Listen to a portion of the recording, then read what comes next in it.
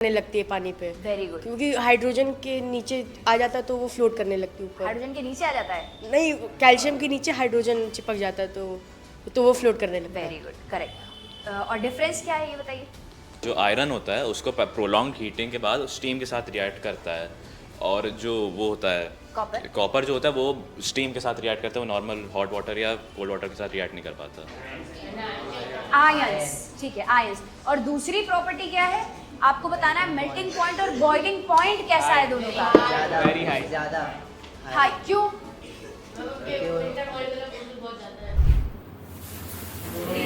Good evening students, good evening students, please sit down. How are you? Fine. पहचानते तो हो गई मुझे? Yes ma'am. Do you know my name? Yes ma'am. बोलो। Zeba Imran Hashmi. Today is the third chapter of our revision series and its name is metals and non-metals. तो metals and non-metals पढ़ने के पहले disclaimer alert, energy lose नहीं करनी है, ना मुझे ना आपको।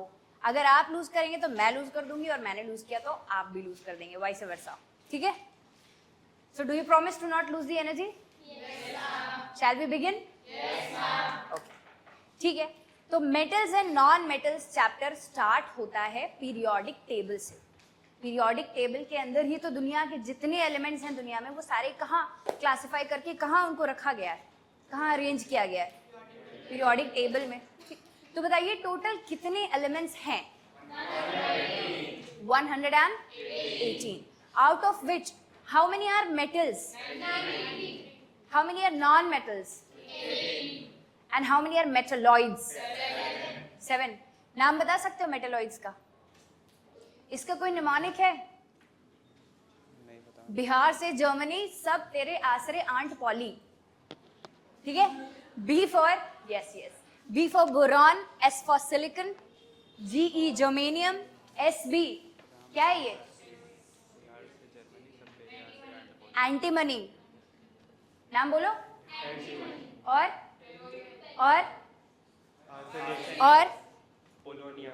या फिर एस्ट्रोटाइन।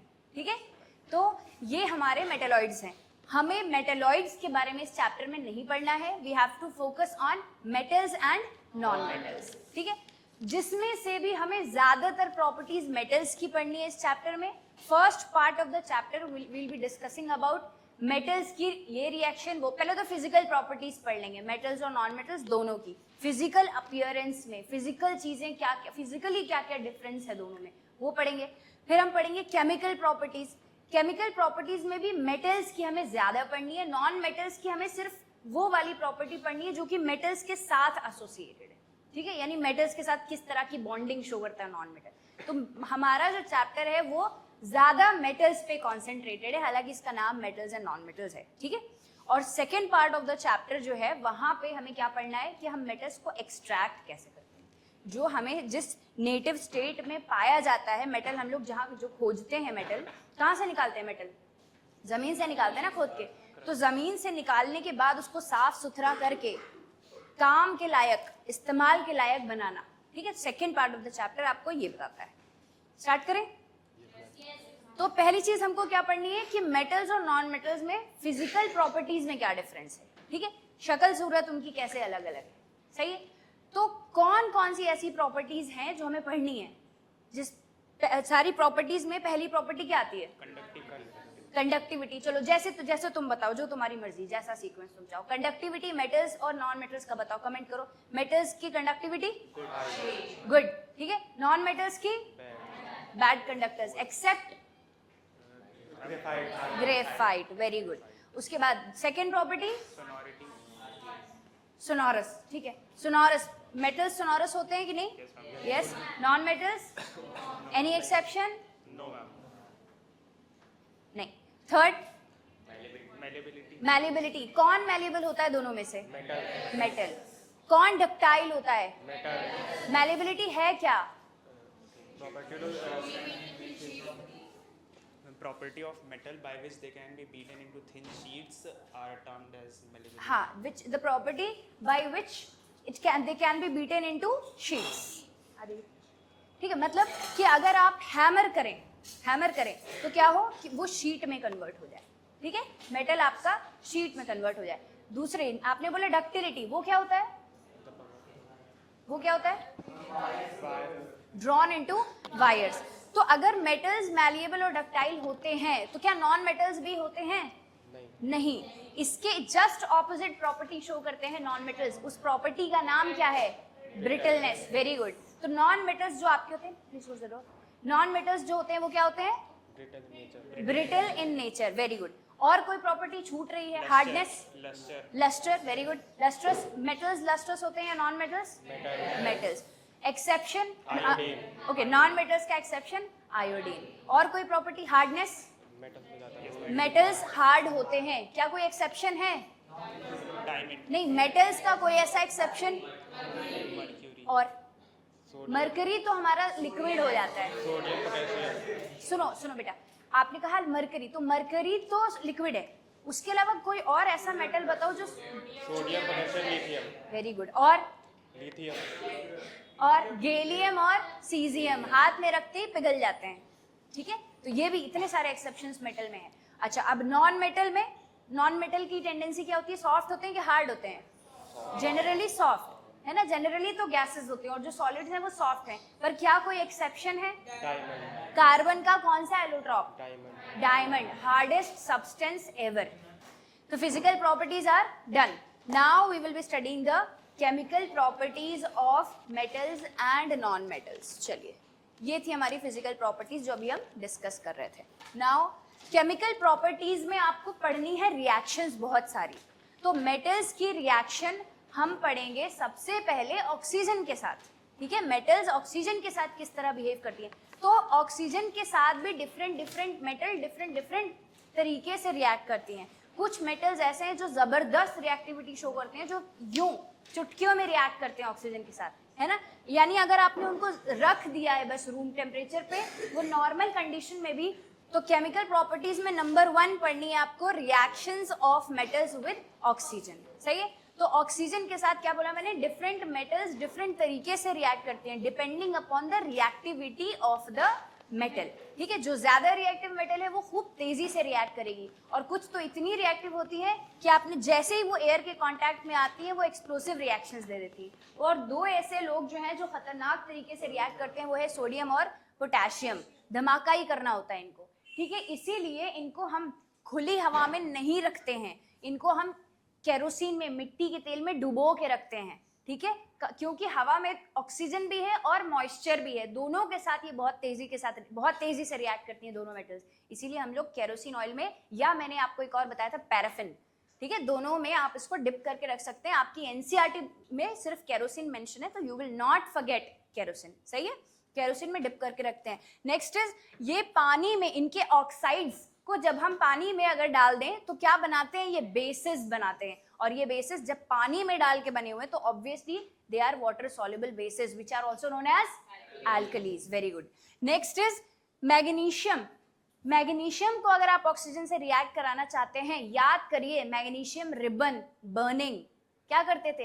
हीट करते थे, ठीक है। रूम टेम्परेचर पे नहीं होती है ये रिएक्शन, हीट करना पड़ता है मैग्नीशियम को, ठीक है, तब जाके वो बर्न होती है और वो भी कन्वर्ट हो जाती है ऑक्साइड में, MgO। Next metal is iron. Iron का जो लोहा है ना, अगर आप चाहें कि एक सरिया, कभी सरिया जलाने की कोशिश की है किसी ने? सरिया जलाया है कभी? बहुत देर तक अगर आप हीट करते हैं ना, तो भी अगर सरिया है तो सरिये में तभी भी नहीं जलता है सरिया।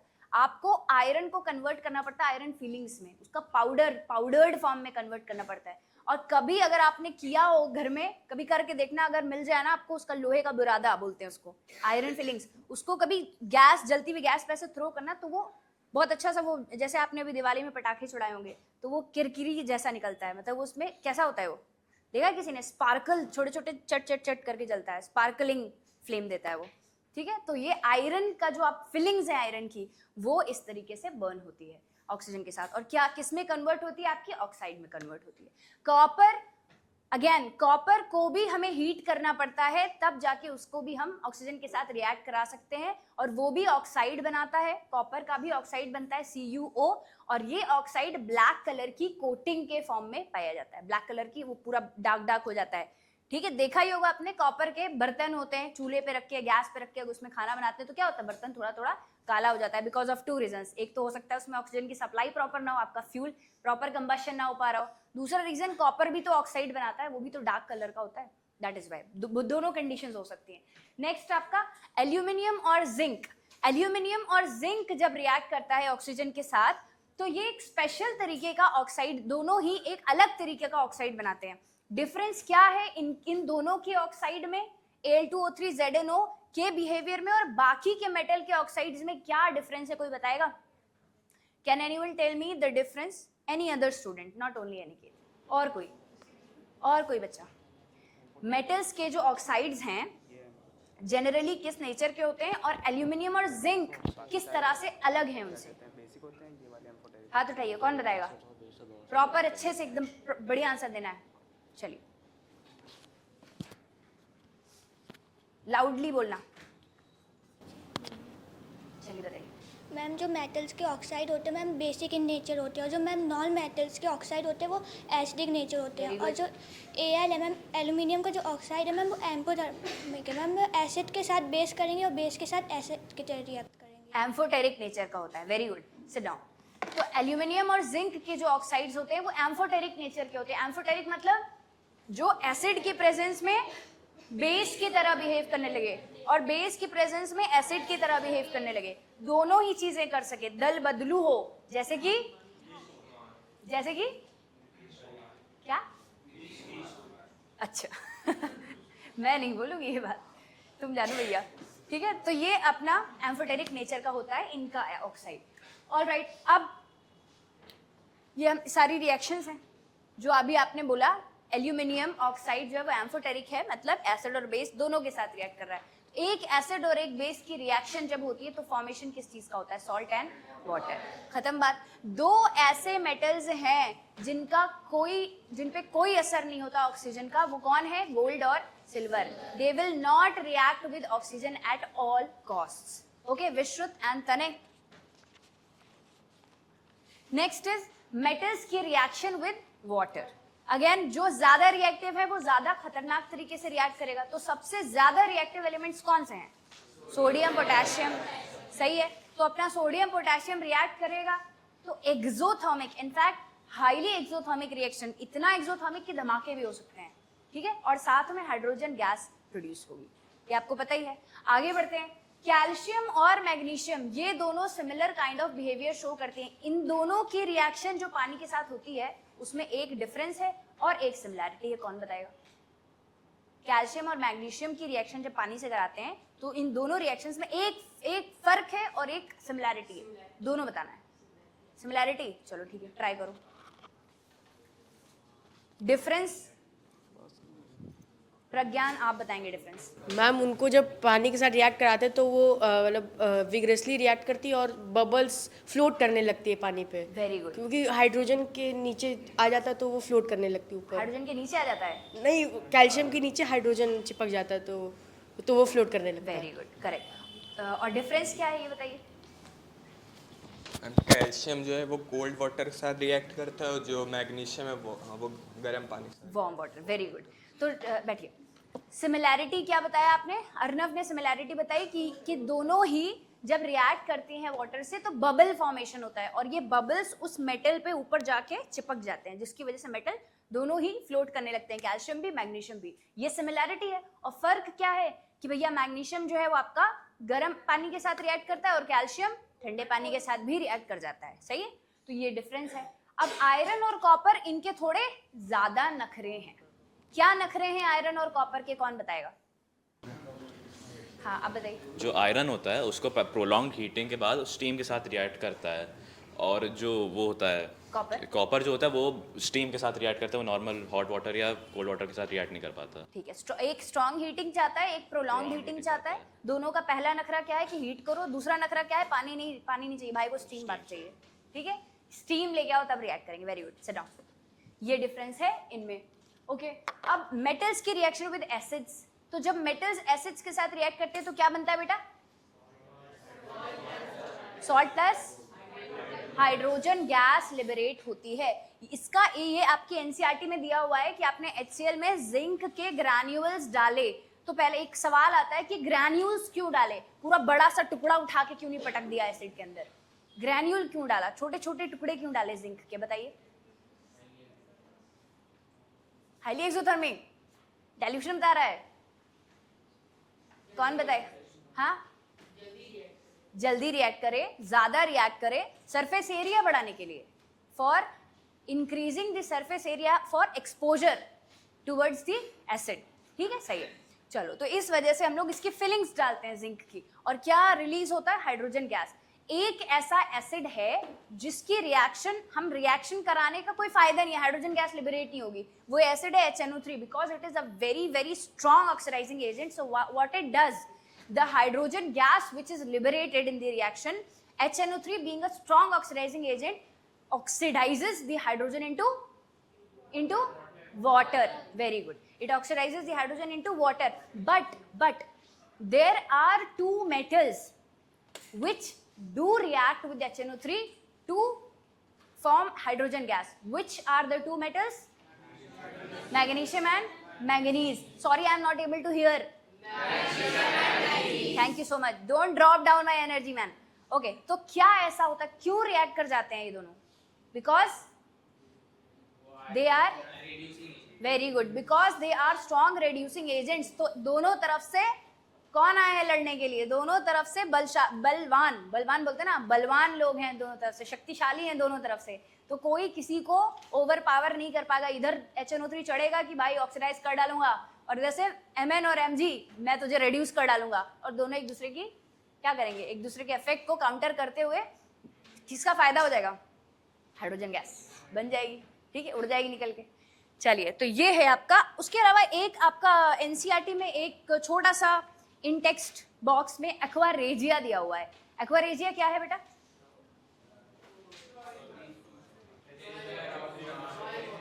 कौन खड़े होके बताओ थोड़ा एनर्जी के साथ। शुभम बताओ, what is aqua regia? Ma'am 3:1 ratio में HCl और HNO3 को मैम उनको मिक्स करके मैम एक रॉयल वाटर बना।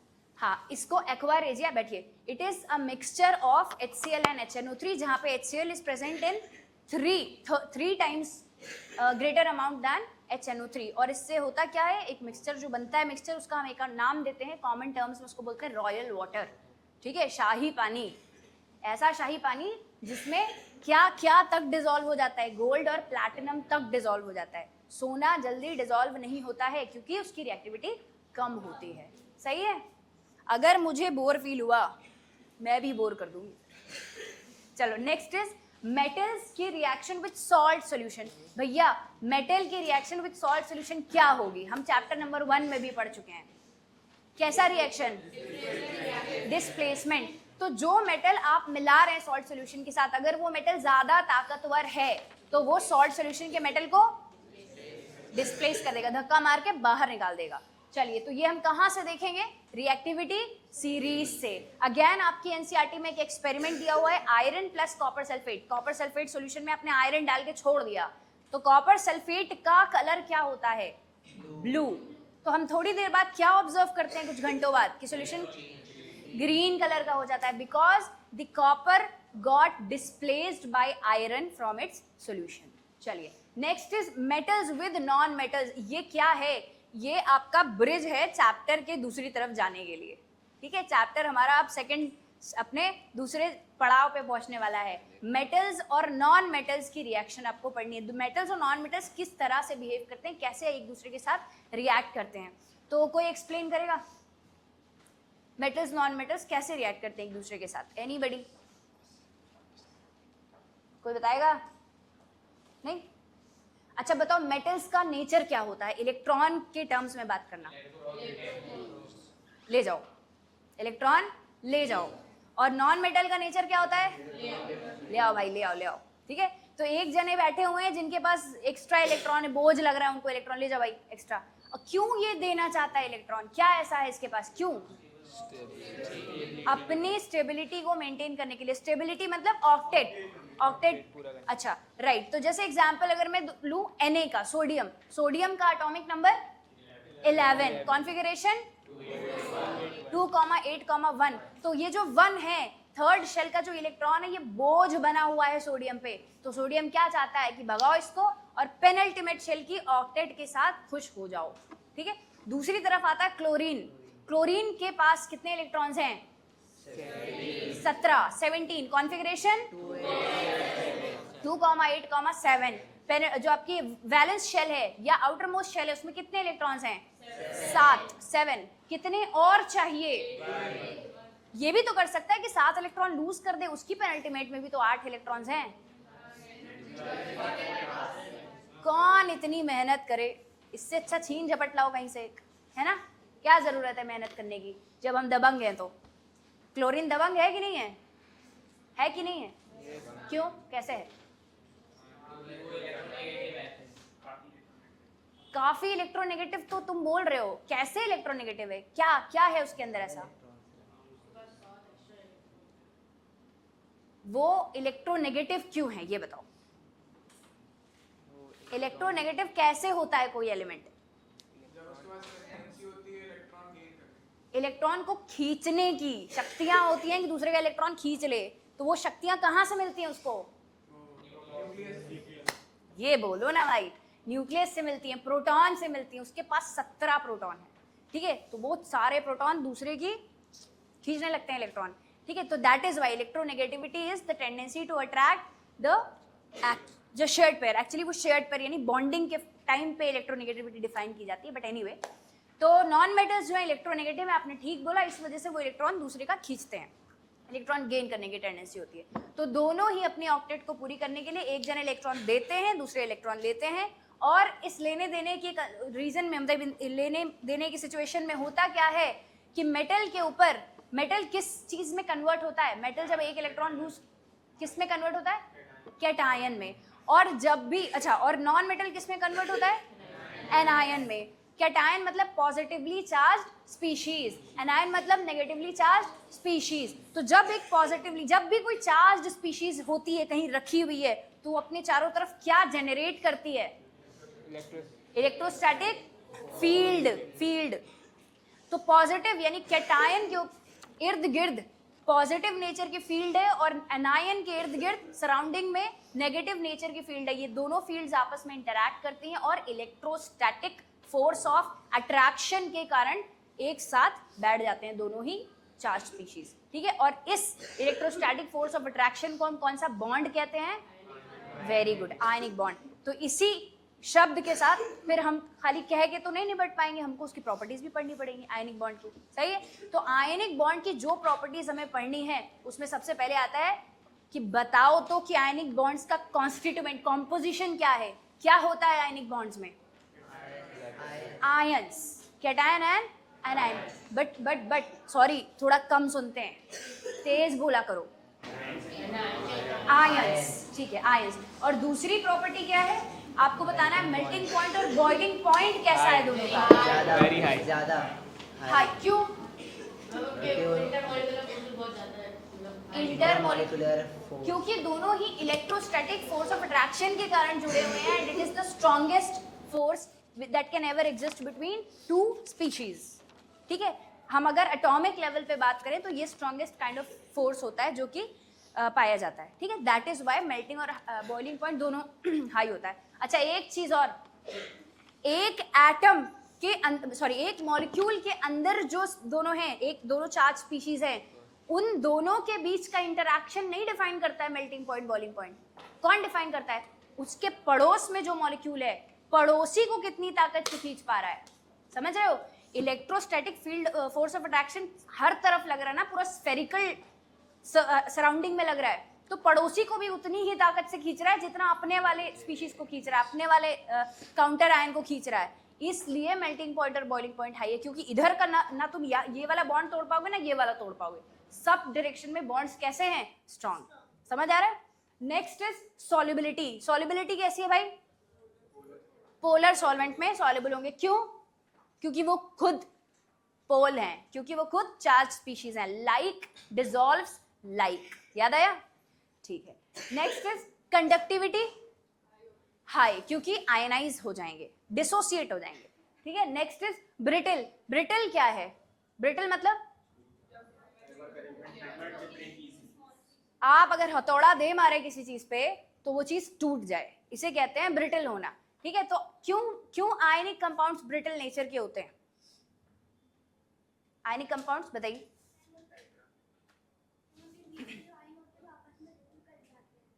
हाँ देखिए, सिट डाउन बेटा, क्योंकि जो आयनिक कंपाउंड्स हैं उसमें खूब सारे होंगे ना आयंस, एक दो से तो बना नहीं होगा, मल्टीपल लेयर्स हैं आयंस की। पहले positive negative positive negative positive negative, उसके नीचे एक पॉजिटिव के नीचे नेगेटिव, नेगेटिव के नीचे पॉजिटिव, एंड लगातार ये पूरा एक लैटिस होता है, जाल होता है, नेटवर्क होता है। जब आप ऊपर से हथौड़ा मारते हैं तो आयंस अपनी जगह से डिस्टर्ब होते हैं। डिस्टर्ब होने की वजह से हो सकता है सेम नेचर के चार्जेस सामने सामने आ जाए, और जब सेम नेचर के चार्जेस सामने आएंगे तो क्या होगा? रिपल्शन होगा। रिपल्शन होगा तो क्या होगा? आपका जो सामान है वो चटक जाएगा, and hence brittle nature will be proved. सही है। तो ये आपके हो गई प्रॉपर्टीज ऑफ आयनिक बॉन्ड। कुछ एग्जांपल्स हैं जो अभी हमने डिस्कस किया था। NaCl, ये जो स्ट्रक्चर है ना डॉट के फॉर्म में, जब आप वैलेंस इलेक्ट्रॉन्स रिप्रेजेंट कर रहे होते हैं, इस स्ट्रक्चर को क्या कहते हैं? Electron dot structure. ये आपके एग्जाम में आएगा तो आपको याद रखना है, सिर्फ वैलेंस इलेक्ट्रॉन्स ड्रॉ करने हैं आपको, ठीक है। जैसे सोडियम के पास वैलेंस इलेक्ट्रॉन 1 था, क्लोरीन के पास 7 थे, दोनों को अलग अलग सिंबल से रिप्रेजेंट करना दिखाने के लिए, क्योंकि आप जब फाइनल वाला अपना स्ट्रक्चर लिखेंगे तो आपको पता तो लगना चाहिए ये इसका पड़ोसी का इलेक्ट्रॉन है जो आया हुआ है, ठीक है। तो इनके पास इलेक्ट्रॉन जा चुका है तो इन पे आप सिर्फ पॉजिटिव चार्ज दिखाएंगे क्योंकि ये कैटायन में कन्वर्ट हो गए। नेक्स्ट इन्होंने इलेक्ट्रॉन गेन कर लिया तो इलेक्ट्रॉन्स इनके पूरे ऑक्टेट कंप्लीट हो गए और एक नेगेटिव चार्ज आ गया, तो यहाँ आप इलेक्ट्रॉन नहीं दिखाएंगे और यहाँ आप इलेक्ट्रॉन पड़ोसी वाला भी दिखाएंगे।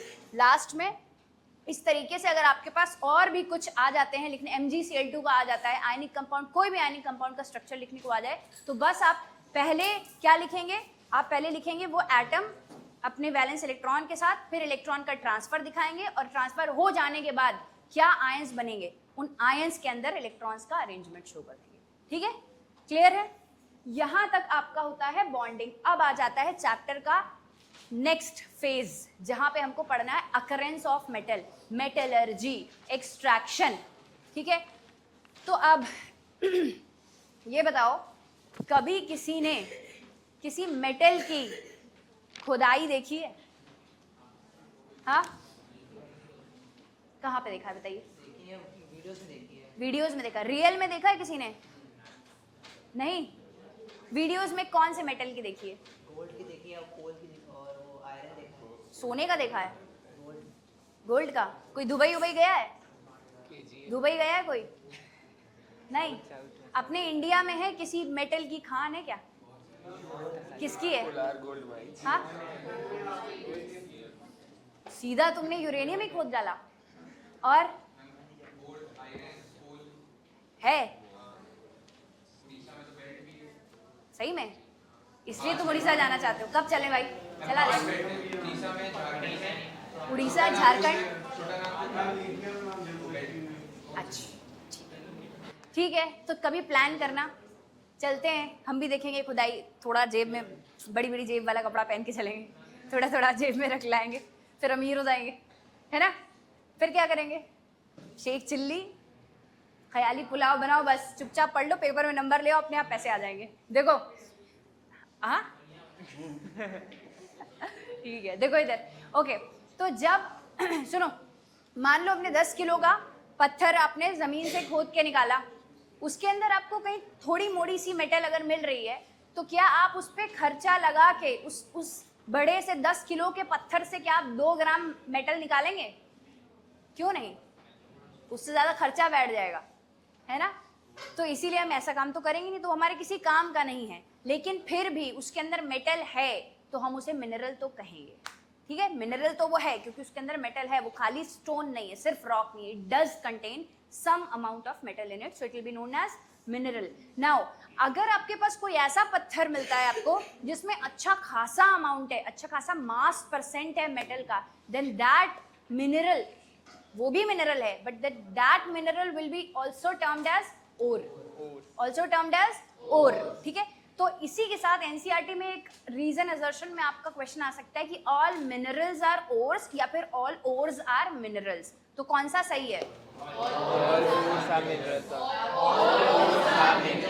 ऑल ओर्स आर मिनरल्स, सही है। तो ये आपका पहला सवाल ऑब्जेक्टिव का रीजन असर्शन में आपका आ सकता है, ठीक है। नेक्स्ट, जो मेटल्स हैं अर्थ के नीचे वो दो स्टेट्स में पाए जा सकते हैं। हो सकता है वो फ्री स्टेट में पाए जाते हो, यानी वो किसी और एलिमेंट के साथ बॉन्डेड फॉर्म में ना हो, या हो सकता है उन्होंने किसी और एलिमेंट के साथ बॉन्ड बनाया हो। तगड़ी रिएक्टिविटी होगी तो क्या अकेले बैठेंगे? क्यों? क्या कभी तने को चुपचाप अकेले बैठे देखा है? नहीं, नो मैम। तो क्या हमेशा ये बातें करते रहते हैं? Yes ma'am. क्यों बातें करते रहते हैं? क्योंकि ये टेंडेंसी है इनकी, ये रिएक्टिव हैं, तो इसलिए ये चुप नहीं बैठ सकते। ये फ्री स्टेट में नहीं पाए जाते हैं, ये हमेशा कंबाइंड स्टेट में पाए जाते हैं। क्यों तने? देखो अभी भी कंबाइंड स्टेट में पाए जा रहे हैं, फ्री स्टेट आ ही नहीं रही है तने की। ट्रिपल बॉन्ड, हाँ देख लो भाई, सब यही दिख रहा है सब क्लास में, ठीक है। तो अपना चलिए अब मान लीजिए, चलो थोड़ी देर के लिए बॉन्ड तोड़ दो बेटा, अपना इधर देख लो। चलो तो अब अगर जो फ्री स्टेट में मेटल्स पाए जाते हैं उस पर हमें बहुत मेहनत नहीं करनी पड़ती। अगर फ्री स्टेट में मतलब उसके अंदर कोई और तो है नहीं, उसको तो हमें निकालने की जरूरत है नहीं, कोई और एलिमेंट के को से पहले उसके बॉन्ड तोड़ने का खर्चा तो कम हो गया, सीधा सीधा एक खर्चा बचा कि धूल मिट्टी जो उसके अंदर है वो निकाल दो, ठीक है। तो हम सिंपली इलेक्ट्रो रिफाइनिंग से हटा सकते हैं वो इम्प्योरिटी। लेकिन मान लीजिए वो कंबाइंड स्टेट में पाया जाता है, फिर तो खर्चा ही खर्चा, एक स्टेप, दो स्टेप, तीन स्टेप, जब तक साफ नहीं हो जाता सब कुछ तब तक झाड़ते रहो, करते रहो प्रोसेस, ठीक है। तो जो कंबाइंड स्टेट वाले में उसमें लंबा खर्चा बैठेगा, कई स्टेप्स पढ़ने हैं आपको, लेकिन बहुत ही आसान। आसान है कि नहीं? बहुत आसान है, कम ऑन। तो क्या करते हैं हम लोग? पहले तो जितना हो सकता है आसान तरीका अपनाते हैं। क्या कहते हो? आसान तरीके से पहले काम किया जाएगा ना, कि पहले ही मुश्किल रास्ता अपना लोगे? नहीं, आपकी बात नहीं हो रही, आप बड़े लोग हैं। हम लोग पहले आसान तरीके से काम करते हैं, तो पहले हम आसान रास्ता चूज करेंगे और जो हमारा ओर है उसका कंसंट्रेशन कर देंगे। मतलब जो आलतू फालतू चीज है वो पहले निकाल दो और मेन ओर अपना बचा लो। तो ये आलतू फालतू चीजें हटाने को हम कहते हैं कंसंट्रेशन। और कोई नाम उसका? कंसंट्रेशन उर्फ बेनिफैक्शन उर्फ ड्रेसिंग उर्फ एनरिचमेंट। 4 उर्फ हैं, सही है। ड्रेसिंग, कंसंट्रेशन, बेनिफैक्शन और एनरिचमेंट, BCDE। कितना आसान है, सीक्वेंस है, ए छोड़ दो बस, BCDE, बेनिफैक्शन, कंसंट्रेशन, ड्रेसिंग, एनरिचमेंट, सही है। ये चारों नाम होते हैं इसके। तो ये कैसे होता है? ये आसान तरीके से होता है। 4 मेथड जिसके हैं आपके पास। पहले मेथड का नाम क्या है? Hydraulic washing, very good. दूसरा मैग्नेटिक सेपरेशन, तीसरा फ्रॉथ फ्लोटेशन, चौथा लीचिंग। पहला कौन एक्सप्लेन करेगा? हाइड्रोलिक वॉशिंग, स्तव्य।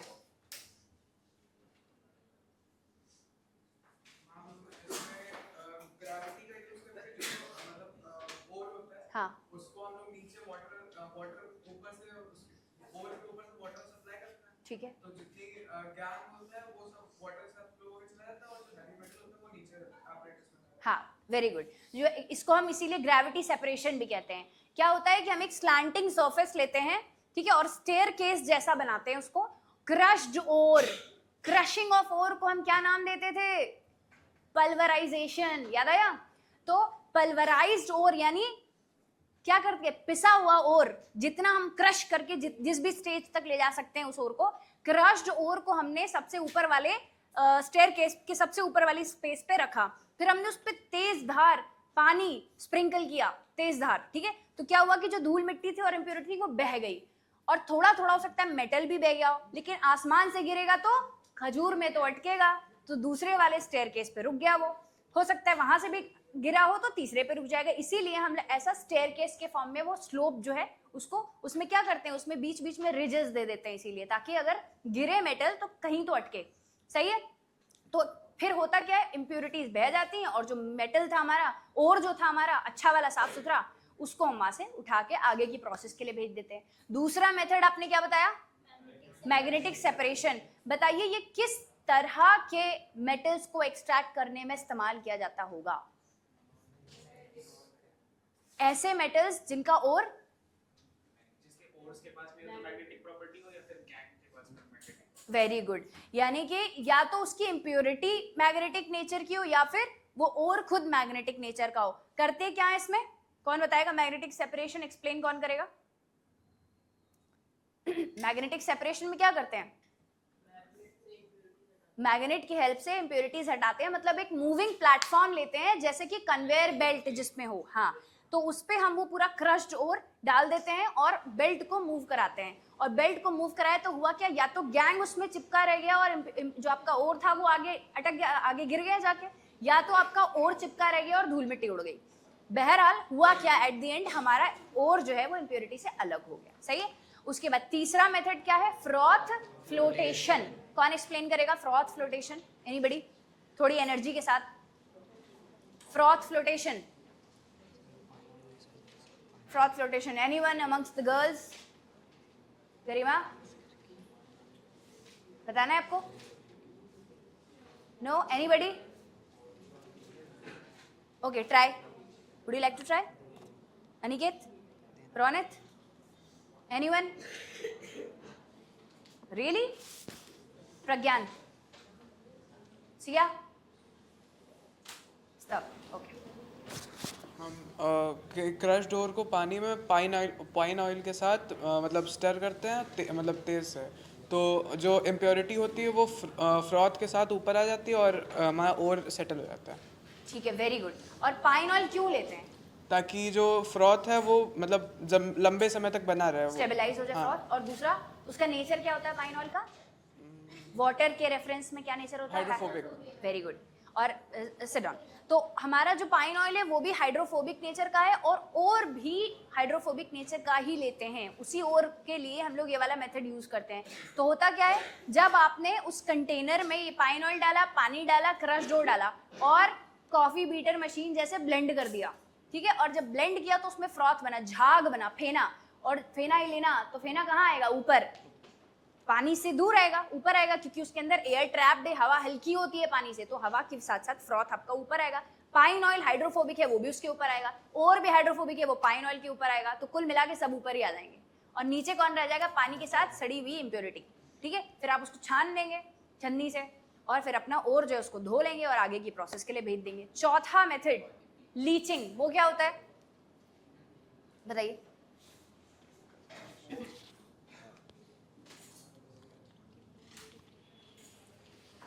हाँ, लीचिंग क्या है बेटा?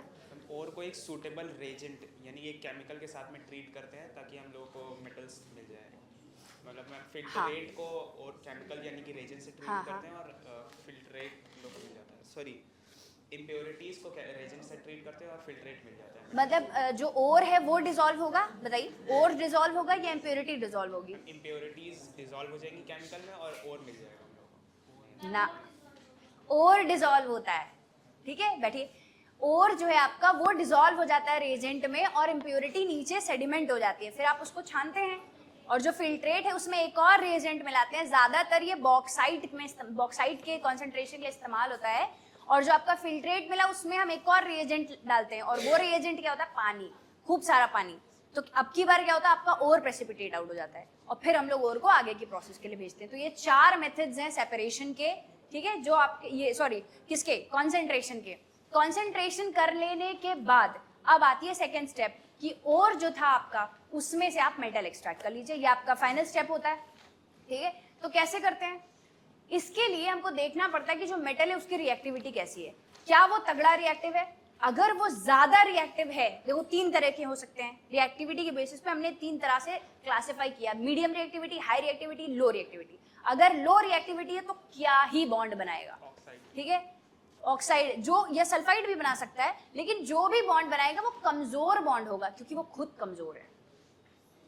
सही है, तो खुद कमजोर है तो हम सिंपल हीटिंग से, तेज हीट कर दो, मात्र हीट कर देने भर से हम वो बॉन्ड तोड़ सकते हैं, ठीक है। जैसे कि मरकरी HgS हो सकता है वो ऑक्साइड ही नहीं बल्कि सल्फाइड भी बनाता हो, लेकिन वो सल्फाइड भी उसका कमजोर होगा। आप उसको भी सिंपल हीटिंग से मतलब रोस्टिंग करेंगे, लेकिन सिंपल हीटिंग, कुछ रेजेंट नहीं डालना उसके अंदर आपको, सही है। और आपने बॉन्ड तोड़ के एक्सट्रैक्ट कर लिया मेटल। अगर हाई रिएक्टिविटी वाला मेटल है तो फिर उसका क्या ही जबरदस्त बॉन्ड होगा। तो जो सबसे खतरनाक बॉन्ड होता है, सबसे तगड़ा बॉन्ड, वो कौन सा होता है? तेज बोलो। मैं कह रही हूँ सबसे ज्यादा रिएक्टिव वाले जो मेटल्स होते हैं वो किस तरह की बॉन्डिंग करते हैं? Ionic bonding. आयनिक बॉन्ड्स को तोड़ने का एकमात्र तरीका क्या है? इलेक्ट्रोलिसिस। तो हाईली रिएक्टिव एलिमेंट्स का जो बॉन्ड होता है उसको हम किस मेथड से तोड़ते हैं? इलेक्ट्रोलिसिस से तोड़ते हैं। और अब आती है बात मीडियम रिएक्टिविटी वालों का। सबसे ज्यादा नाटक उसका होता है जो ना बहुत स्ट्रांग हो ना बहुत वीक हो। जैसे कि स्टूडेंट्स, हम जो एवरेज स्टूडेंट्स होते हैं उनका हमें समझ में नहीं आता हम उनसे ज्यादा उम्मीद करें कि कम, है कि नहीं? तो हम उनको बार बार मोटिवेट करते हैं, और पढ़ो कर सकते हो। लेकिन कैसे बैठते हैं क्लास में? ऐसे बैठते हैं सोते हुए, है ना। क्लास में एनर्जी क्यों नहीं आ रही? आप बताइए, क्यों नहीं आप एनर्जी फील कर पा रहे हैं अभी? हाँ, कल आपका AITS है ना, आपके अंदर इस टाइम पे आपको लगता है ये एनर्जी जस्टिफाइड है? आपके बोर्ड एग्जाम की डेट रिलीज हो चुकी है गाइस, हाँ जी, पता भी नहीं है। बोर्ड एग्जाम की डेट रिलीज हो चुकी है, आपको एक्टिव मोड में आ जाना चाहिए। आपको कोई हक नहीं है कि आप लोग इस तरह बैठे। Keep your spine straight, sit properly, be attentive, take deep breathing, या gain some oxygen inside. Proper respiration तो करो। तब तो रेस्पिरेशन का पर्पस क्या पढ़ा हमने? एनर्जी। किस लिए रेस्पिरेशन करते हो? ताकि बॉडी में एनर्जी रिलीज हो। रेस्पायर ही नहीं करोगे तो एनर्जी आएगी कहां से, ये बता दो। कोई कमी है ऑक्सीजन की दुनिया में? कमी है क्या? शॉर्टेज है ऑक्सीजन? खरीदते हो ऑक्सीजन? फ्री में मिल रही है ना, तो यूज करो। इंसान हो, करो एक्सप्लॉयटेशन, सही है। चलो अब सही से बैठो, एकदम एनर्जी के साथ रेस्पॉन्स दो। हाँ जी, क्या पढ़ रहे थे हम? हाँ, मीडियम रिएक्टिविटी वालों का कारनामा देखने जा रहे थे। तो इनके जो कंपाउंड्स होते हैं, सबसे ज्यादा नाटक किसी को अगर तोड़ने में करना पड़ता है तो इन्हीं पे, ठीक है। 1 by 1 जितने भी रिएक्शंस NCERT में हैं अध्ययन, ठीक है, वो अभी हम बता रहे हैं और आपको सुनेंगे फिर थोड़ी देर में। जैसे ही स्लाइड ओवर वैसे ही क्वेश्चन शुरू। एक्सट्रैक्शन, हाई रिएक्टिविटी वाले इलेक्ट्रोलिसिस, लीस्ट रिएक्टिव वाले simple strong heating, medium reactivity वाले अगर ऑक्साइड के फॉर्म में प्रेजेंट हैं तो फिर हम क्या करेंगे? मीडियम रिएक्टिविटी वाले हैं, सिंपल हीटिंग से नहीं टूटेंगे, तो हम क्या करेंगे? किसी और को लेके आएंगे, तब वो डरेगा, ठीक है, तब वो डरेगा, सहमेगा और फिर बॉन्ड को तोड़ देगा। तो वो कौन है जिसकी प्रेजेंस में बॉन्ड टूटेगा? Reducing agent. वो रिड्यूसिंग एजेंट कौन होगा? कोक, पीने वाला नहीं, ठीक है। तो ऑक्साइड जो मीडियम रिएक्टिविटी वाले हैं उनको कोक की प्रेजेंस में हीट करते हैं तो वो मेटल में कन्वर्ट हो जाते हैं। कार्बोनेट से पहले आपको ऑक्साइड बनाना पड़ता है। बताइए, हीट करेंगे इन प्रेजेंस ऑफ ऑक्सीजन या इन एब्सेंस ऑफ ऑक्सीजन? क्योंकि उसमें खुद ऑक्सीजन है कार्बोनेट में। इस प्रोसेस का नाम कैल्सिनेशन। ओके, अगर सल्फाइड है तो उसको ऑक्साइड में कन्वर्ट करना है। सल्फाइड में S है सिर्फ, O नहीं है। तो अगर आप चाहते हैं ऑक्साइड में कन्वर्ट करना, you will have to supply oxygen and then it will get converted into oxide and then the oxide will later get converted into metal. How? By heating it in presence of not oxygen, reducing agent. Yes. तो ये जो sulphide को हमने oxide में convert किया है in presence of excess oxygen, there is a term which we use for this process and the term is roasting. सही है, रोस्टिंग, वो वाला रोस्टिंग नहीं जो आप एक दूसरे का करते हैं, ठीक। अब आगे बढ़ते हैं। ये कुछ रिएक्शंस हैं जो NCERT में दी हुई हैं और आपके बोर्ड एग्जाम में इन्हीं में से आएंगी, कोई भी रिएक्शन बाहर से नहीं आने वाली है। HGS क्या है? ये मीडियम रिएक्टिविटी है, लो रिएक्टिविटी है? लो रिएक्टिविटी, लिख दिया है मैंने, ठीक है। तो HGS की रोस्टिंग करेंगे आप तो HGO प्लस SO2 गैस तो रिलीज होगी क्योंकि ऑक्सीजन S के साथ रिएक्ट करके उसको रिमूव करेगा। और ये HGO जो बनेगा, क्योंकि ये लो रिएक्टिविटी वाला मेटल है तो आप सिंपल हीटिंग से इसको कन्वर्ट कर देंगे मेटल प्लस ऑक्सीजन गैस में। CuS रोस्टिंग करेंगे, Cu2S की रोस्टिंग करके इसको पहले ऑक्साइड में कन्वर्ट करेंगे, Cu2O प्लस SO2 गैस। अब आप सुनिए, Cu2O भी लो रिएक्टिविटी वाला ही कंसिडर किया जाता है, ठीक है। जब आप Cu2O के ऑक्साइड को हीट करते हैं तो यहाँ पे एनसीईआरटी में इन्होंने साथ साथ Cu2S भी लिख के दिया है। ये इस चीज की तरफ इशारा किया इन्होंने कि सारे के सारे Cu2S को आप अभी भी नहीं कन्वर्ट कर पाए हैं Cu2O में, अभी भी कुछ अमाउंट ऑफ Cu2S बचा हुआ है। तो ये दोनों ही एक साथ इन्होंने दिखाया है।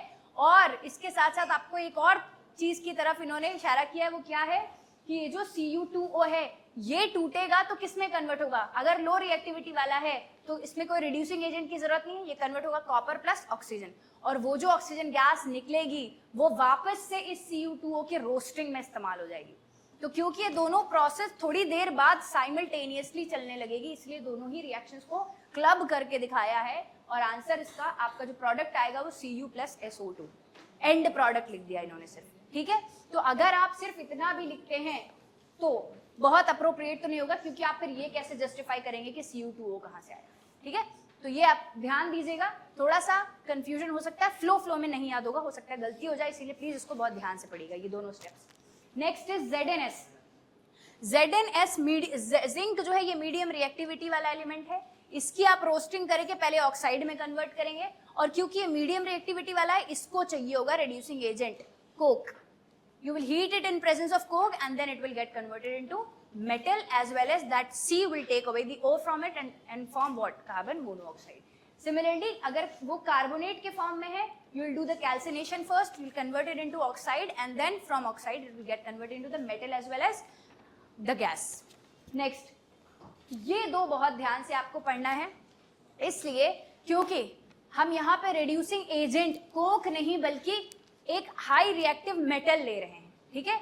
एक ऐसा मेटल जो Mn से ज्यादा रिएक्टिव हो और MnO2 से Mn को धक्का मार के निकाल दे, तो वो तभी हो पाएगा जब आप ज्यादा रिएक्टिव एलिमेंट लेंगे। क्यों आप ये दोनों रिएक्शंस क्यों बता रहे हैं? क्योंकि ये एनसीईआरटी में ऐसे ही दी हुई है और ये ऐसे ही आएंगी डायरेक्टली, ठीक है। MnO2 plus Al will give Mn plus Al2O3 and this is the most important reaction. Why? Because ये आता है क्वेश्चन, इस प्रोसेस का, इस वाली रिएक्शन का एक नाम है थर्माइट प्रोसेस। करते क्या है? Fe2O3 plus Al will get converted into Fe plus Al2O3, और ये जो Fe है ये लोहा है जो ये पिघला हुआ मिलेगा आपको, और जो रेलवे ट्रैक्स में दरार पड़ जाती है तो रेलवे ट्रैक्स की रिपेयरिंग के लिए, वेल्डिंग के लिए यही वाला लोहा इस्तेमाल होता है। ये वहीं पे थर्माइट प्रोसेस जहाँ पे रेलवे ट्रैक में दरार होती है उसी जगह पे रिएक्शन की जाती है, और वो पिघला हुआ लोहा उसमें गिरा देते हैं दरार में, फिर वो ठंडा होकर जम जाता है और आपका रेलवे ट्रैक का जो क्रैक था वो फिल हो जाता है, ठीक है। This process is known as thermite process. They ask it so frequently, they asked. Then ज्यादा रिएक्टिविटी वाले, ये लास्ट पोर्शन है आपके चैप्टर का, ज्यादा रिएक्टिविटी वाले जो मेटल्स हैं उनको हम किस प्रोसेस से सेपरेट करते हैं, एक्सट्रैक्ट करते हैं? इलेक्ट्रोलिसिस। क्यों? क्योंकि उनमें आयनिक बॉन्ड्स होते हैं। इलेक्ट्रोलिसिस आपने बहुत डिटेल में पढ़ा है। इलेक्ट्रोलिसिस क्या होता है बताइए? किस रिएक्शन की कैटेगरी में आता है? आपने जो फर्स्ट चैप्टर में पढ़ा है decomposition. Very good, decomposition reaction. तो इलेक्ट्रोलिसिस में क्या करते हैं? मेटल की दो रॉड्स लेते हैं और दोनों रॉड्स को बैटरी से कनेक्ट करते हैं और अंदर कंटेनर में भरते हैं इलेक्ट्रोलाइट। क्यों? ताकि हमारा सर्किट कंप्लीट हो। जब आप बैटरी का स्विच ऑन करते हैं तो नेगेटिव टर्मिनल रिप्रेजेंट करता है कि वहां से इलेक्ट्रॉन्स फ्लो हो रहे हैं, इलेक्ट्रॉन निकले, और जिस मेटल की रॉड पे जाके इलेक्ट्रॉन्स डिपॉजिट हो रहे हैं उसका नाम क्या होता है? कैथोड। क्या सबको नहीं पता ये बात? पता है तो बोलिए। कैथोड। बैटरी के नेगेटिव टर्मिनल से जो प्लेट कनेक्टेड होती है उसे कैथोड कहते हैं, ऑपोजिट प्लेट को एनोड कहते हैं, ठीक है। तो अच्छा, अब इलेक्ट्रोलाइट जो था, जैसे ही आपने स्विच ऑन किया इलेक्ट्रोलाइट्स एक्टिवेट हो जाते हैं। क्यों? क्योंकि वो आयंस में ब्रेक हो गए, और आयंस में ब्रेक होते ही वो भागेंगे, उनको एक डायरेक्शन मिल जाती है, क्योंकि वो भी क्या करते हैं? उस करंट में कंट्रीब्यूट करने लगते हैं। और फिर जो पॉजिटिवली चार्ज आयन है, यानी जो कैटायन है सॉल्यूशन में, वो कहाँ भागेगा? कैथोड पे या एनोड पे? एनोड। जो कैटायन है वो कहाँ भागेगा? एनोड। कैथोड। कैटायन पे कैसा चार्ज होता है? पॉजिटिव। तो वो किसके पास भागेगा? नेगेटिव के पास जाएगा ना। क्यों जाएगा?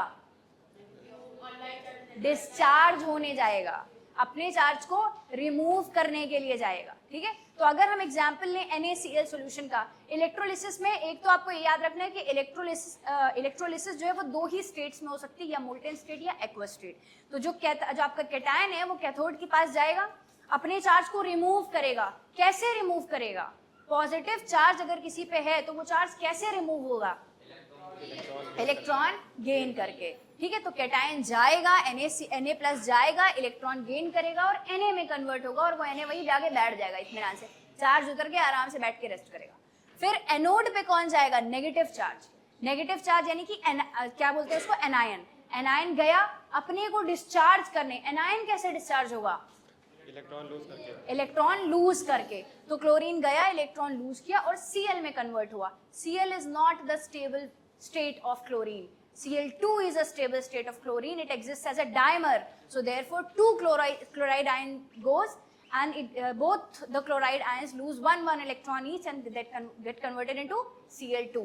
और एक रूल है बैटरी का कि जितने इलेक्ट्रॉन इन उतने आउट, इसीलिए हमें कैथोड की रिएक्शन भी बैलेंस करने के लिए 2 से मल्टीप्लाई करना पड़ता है। You have to show that 2 electrons are also what getting gained by 2 Na+, ठीक है। उसके बाद कॉपर सल्फेट की आपके एनसीईआरटी में दी हुई है। देखो एक टर्म दिया है इलेक्ट्रो रिफाइनिंग। कोई बताएगा what is electro refining? What is the difference between electro refining and electrolysis? Electro refining हम लोग एक्टिव कैथोड और एनोड की प्लेट्स लेते हैं जो कि रिएक्शन में पार्टिसिपेट करती हैं, लेकिन इलेक्ट्रोलिसिस में हम लोग इनएक्टिव लेते हैं। Very good. ऐसा क्यों करते हैं? ताकि हम लोग इलेक्ट्रो रिफाइनिंग में प्योर मेटल हम लोग एक कैथोड पे पा सकें। ठीक है, वेरी गुड। क्योंकि इलेक्ट्रो रिफाइनिंग में क्योंकि इलेक्ट्रो रिफाइनिंग में हमें सिर्फ एक ही काम करना होता है कि जो मेटल है उसमें क्या है, वो ओर के फॉर्म में नहीं है, उसके अंदर सिर्फ इम्प्योरिटी है, धूल मिट्टी है, धूल मिट्टी हटानी होती है बेटा। तो हम क्या करते हैं कि एनोड पे हम इम्प्योर मेटल लेते हैं। पीयूष, एनोड पे हम क्या लेते हैं? इम्प्योर मेटल लेते हैं। और फिर जब रिएक्शन होती है तो क्या होता है? एनोड पे रिएक्शन बदल जाती है, क्योंकि हमारा इस बार इलेक्ट्रोड एक्टिव हो गया। तो सॉल्यूशन से आयंस जाएं और इलेक्ट्रॉन लूज करें, इसका वेट नहीं करता है।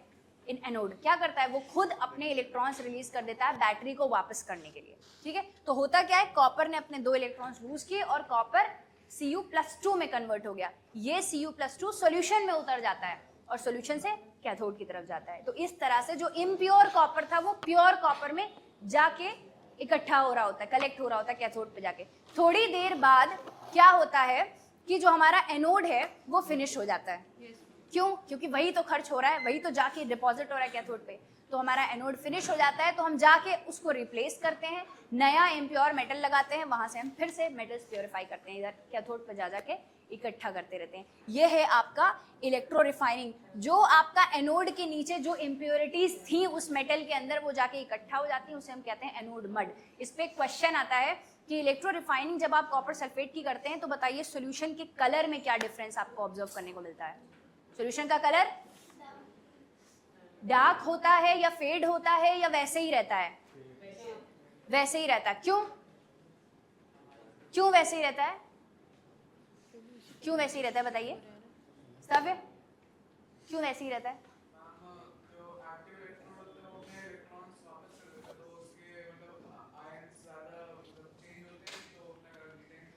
इसका रीजन ये है कि जितने एनोड जो है वो जितने आयंस सॉल्यूशन से कैथोड की तरफ जाके डिपॉजिट हो रहे हैं, एग्जैक्टली उतने ही आयंस एनोड रिलीज कर दे रहा है सॉल्यूशन में।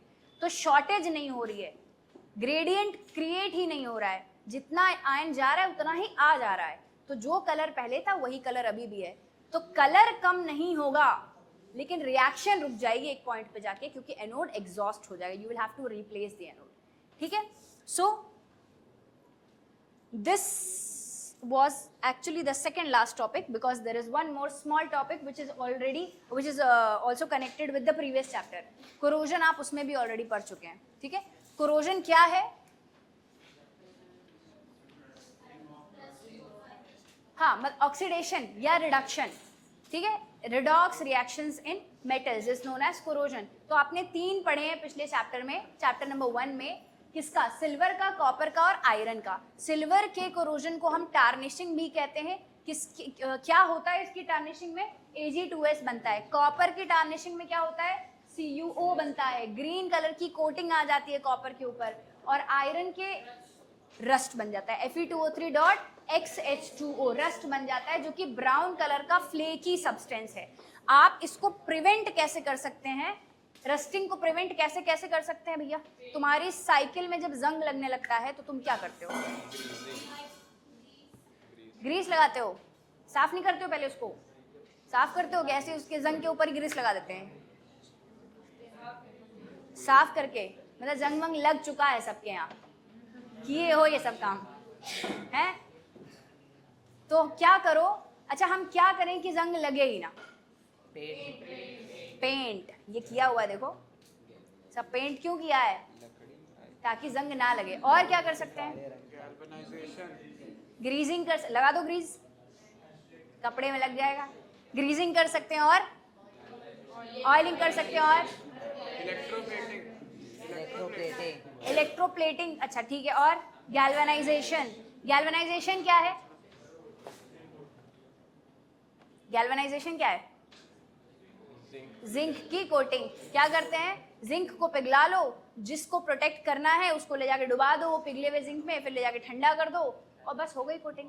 अब इसमें एक सेंटेंस लिखा हुआ है आपके एनसीईआरटी में कि अगर वो जिंक जो आपने गैल्वेनाइजेशन किया है, ठीक है शौर्य, अगर आपने गैल्वेनाइजेशन किया, इंपॉर्टेंट क्वेश्चन है क्योंकि स्किप हो जाता है, नजरों से बच जाता है, इसलिए ये ऑब्जेक्टिव में पूछा जा सकता है, गलत हो सकता है। गैल्वेनाइजेशन में अगर आपके जिंक की कोटिंग टूट जाए तो भी क्या होता है, तब भी जंग नहीं लगे। जैसे मान लो आपने आयरन का गैल्वेनाइजेशन किया तो ऊपर जिंक की कोटिंग आ गई, ठीक है, अब अगर मान लो किसी रीजन से वो कोटिंग हट जाए, टूट जाए, तब भी मेटल आपका प्रोटेक्टेड रहता है, जंग नहीं लगता है।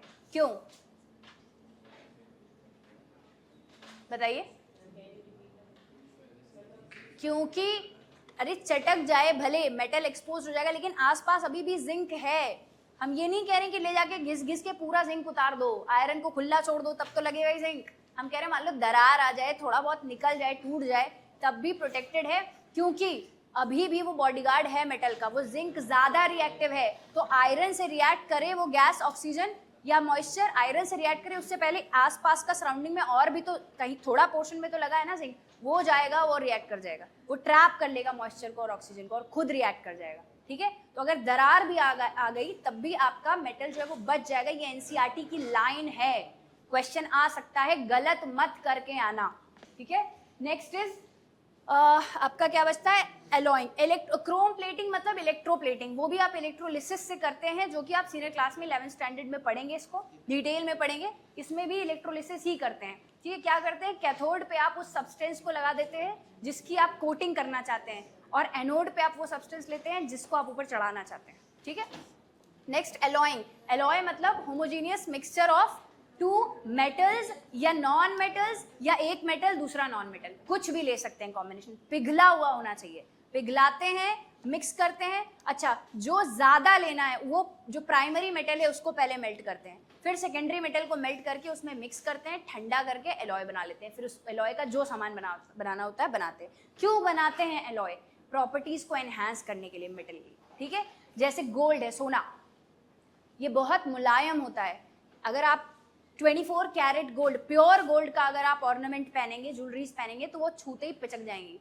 इसीलिए हम लोग एलॉइंग करते हैं। क्या मिलाते हैं? उसके अंदर सिल्वर या फिर कॉपर मिलाते हैं। क्यों मिलाते हैं? उसकी टेंसाइल स्ट्रेंथ को बढ़ाने के लिए। तो 22 कैरेट गोल्ड, और भाई साहब अभी तो 18 कैरेट गोल्ड और भी आया, मैंने सुना 9 कैरेट गोल्ड आया हुआ है ना। क्या ही होगा, सोना क्या होगा, कौन खरीदेगा असली सोना? फिर सब वही पहनेंगे। अभी तो 9 वाला भी आ गया है। क्या चलो, तो अब इसमें कुछ एलॉयज हैं जो एनसीईआरटी में दी गई हैं, ये आपको जरूर पढ़ना है, क्योंकि अगर आपने नहीं पढ़ा तो सावधानी घटी, दुर्घटना घटी, उसी में से आ जाएगा जो आप छोड़ के गए थे। तो आयरन में अगर आप 0.05% कार्बन मिला दें तो क्या होता है, ये स्ट्रॉन्ग और हार्ड हो जाता है। आयरन वैसे थोड़ा मुलायम होता है, तो जो आप आयरन देखते हैं ना मार्केट में, जो सरिया वरिया जो बनता है उसमें ऑलरेडी कार्बन मिला हुआ होता है स्ट्रॉन्ग बनाने के लिए। वैसे अदरवाइज वो क्या होता है, इतना स्ट्रॉन्ग इतना हार्ड नहीं होता।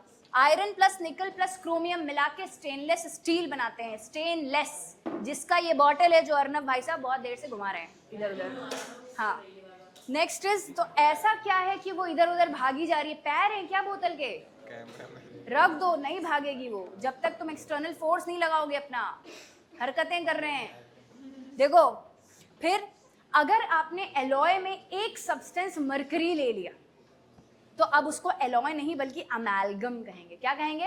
अमेलगम। कहीं सुना है अमेलगम? कहाँ डालते हैं डॉक्टर्स? तुम्हारे सड़े हुए दांतों में। जब तुम्हारे दांत सड़ जाते हैं, उसमें होल हो जाता है, तो उसको फिल करने के लिए क्या यूज करते हैं? अमेलगम। कुछ लोग तो सोने के दांत लगवाते हैं। कितना, किसी ने देखा है? मैंने देखा है लोगों को, देखा है ना, कितना गंदा लगता है। उनको कूल लग रहा हो तो उनको लगता है मैं बहुत औसम लग रहा हूँ भाई, सोने के दांत पहन के, कितना गंदा लगता है। सोचो मैं हंस रही हूँ मेरे सोने के दांत, जस्ट इमेजिन, मेरे को सोच के अजीब लग रहा भाई। Okay, then brass. ब्रास किससे बनता है भैया? कॉपर और जिंक। ब्रॉन्ज किससे बनता है? कॉपर और, हाँ हाँ बोलो बोलो, हाँ क्या? टिन। कॉपर और सिन, SN है तो सिन, टिन है, स्टेनम भाई। सोल्डर, सोल्डर क्या होता है भाई? लेड और सिन से बना हुआ। लेड और टिन से। सोल्डर होता क्या, हिंदी में क्या बोलते हैं इसको? हिंदी में देखते हैं, देखिए भैया कोई मिस्त्री विस्त्री है यहाँ? चिपकाने वाला यंत्र, ये क्या होता है? कैया तो वो चीज होती है जिससे गर्म करते हैं उसको, रांगा बोलते हैं, रांगा। सिर्फ मैं मिस्त्री हूँ यहाँ, कोई मिस्त्री नहीं है, ठीक है। रांगे को गर्म करने के लिए वो यूज करते हैं कैया। हाँ ठीक है ठीक है, चलो तो यहाँ पे आपका चैप्टर हो जाता है खत्म। और आज के लिए इतना ही, सभा समाप्त हो चुकी है। लेकिन इतना पढ़ाने के बाद अगर आप एग्जाम में क्वेश्चन गलत करके आए, या अगर आपने भी उतनी एनर्जी के साथ पढ़ाई नहीं की, तो क्या होगा? बहुत बुरा होगा, बदला द रिवेंज होगा, ठीक है। चलिए अगले और आखिरी चैप्टर के साथ नेक्स्ट टर्न पे मिलते हैं। थैंक यू, शुक्रिया शुक्रिया शुक्रिया, बैठिए।